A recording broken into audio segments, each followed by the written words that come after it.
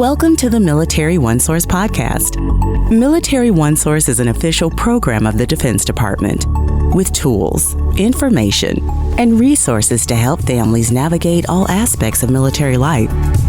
For more information, visit MilitaryOneSource.mil. Welcome to the podcast. I'm Bruce Moody. Our guest today is Julie Burandt-Partin. She is with the Defense Finance and Accounting Service. If you've never heard of this organization, look on your paychecks. They're the people who bring you your paychecks. So thank you so much for that. They do other things, and one of them is the Survivor Benefit Plan. These are annuity payments, and that's going to be our conversation today. So, Julie, welcome to the podcast. Thanks, Bruce. I'm glad to be back. Always great to have you on the podcast. Let's just begin by understanding what is the Survivor Benefit Plan. Sure, Bruce. The DoD Survivor Benefit Plan, known as SBP, is intended to provide an ongoing monthly annuity payment to military spouses or dependent children.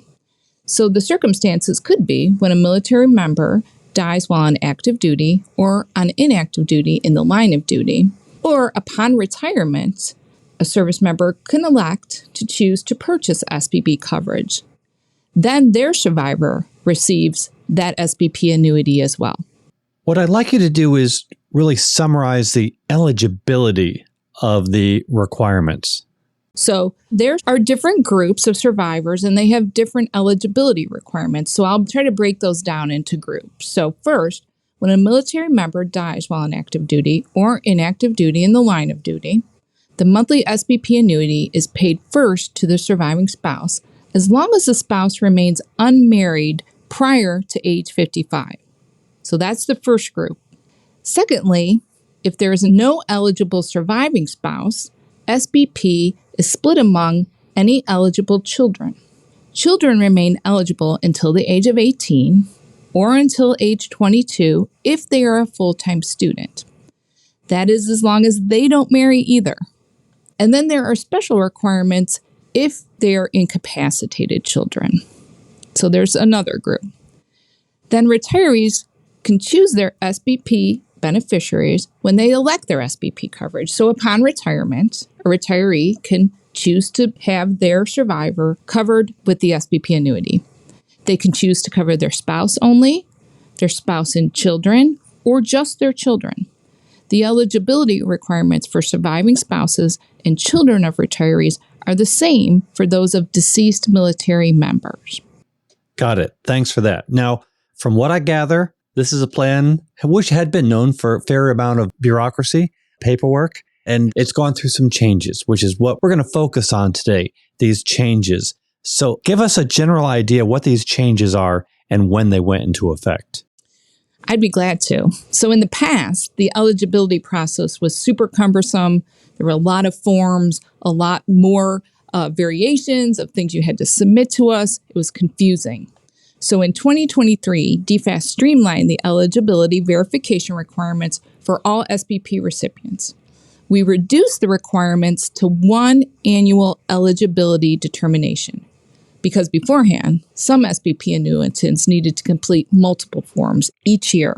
And how confusing is that? You're like, didn't I just submit that form? Nope, here comes another form. So now SBP annuitants will only need to complete and submit one annual verification each year, just one. So let me put that in the context of the categories I just talked to you about.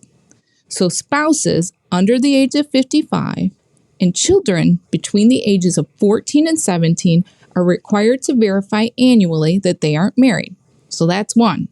You got to tell us if you're not married, and then you maintain your eligibility. Two, children ages 18 to 22, they receive the annuity if they are going to school. So they need to verify with us that they are attending school full-time and they are not married.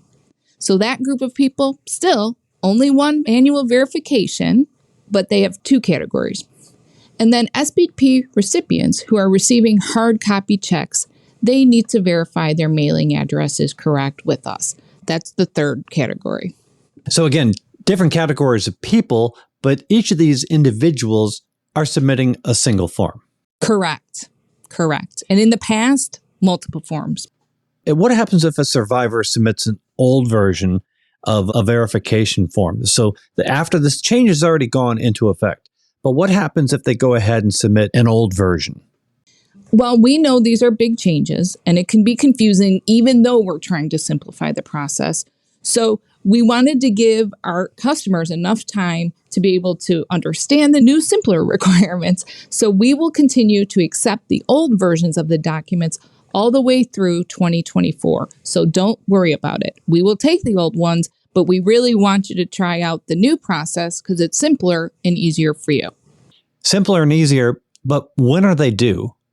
They are due the first day of the month of the spouse or the child's birthday. So the customer's birthday. The school certification, remember that group of people that were attending school 18 to 22? That was a group we talked about. So that school certification is due the first day of the month of the end of the child's school year.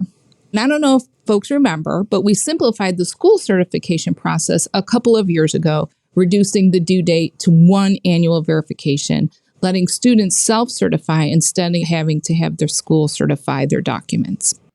Julie, it's really helpful to have you walk us through this change.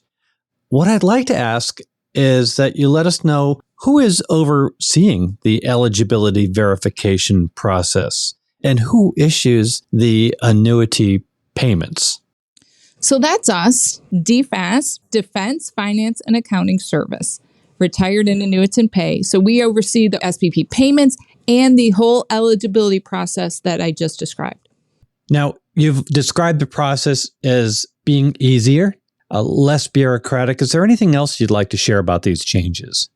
So we continue to work toward our goal of making managing their military retirement and annuity pay easier for the customers, and we're excited to add this change. So you might think to yourself, I need to find some additional information. If you need additional information or support, I'm going to ask you to go to our website, and that's dfas.mil/R&A pay. There's tons of information and helpful resources out there. And specifically for SPP recipients, we have special web pages about managing your account and working with DFAS to keep that pay coming. And we have those links in the program notes. Julie, it's great to have you back on the podcast, and thank you for explaining this for us today. It's my pleasure. All right, we'll have you back again. And want to remind everybody that Military OneSource is an official resource of the Defense Department. We always like to hear from you. Click on the link in the program notes, send us a question, comment, or an idea, suggestion for a new episode. We do read them. Actually, we have a couple of episodes in the works based on your feedback. So send us a note. And be sure to subscribe to this podcast wherever you listen to your podcast, because we cover a wide range of topics for military families to help them navigate their best military life. I'm Bruce Moody. Thank you for listening. Take care. Bye-bye.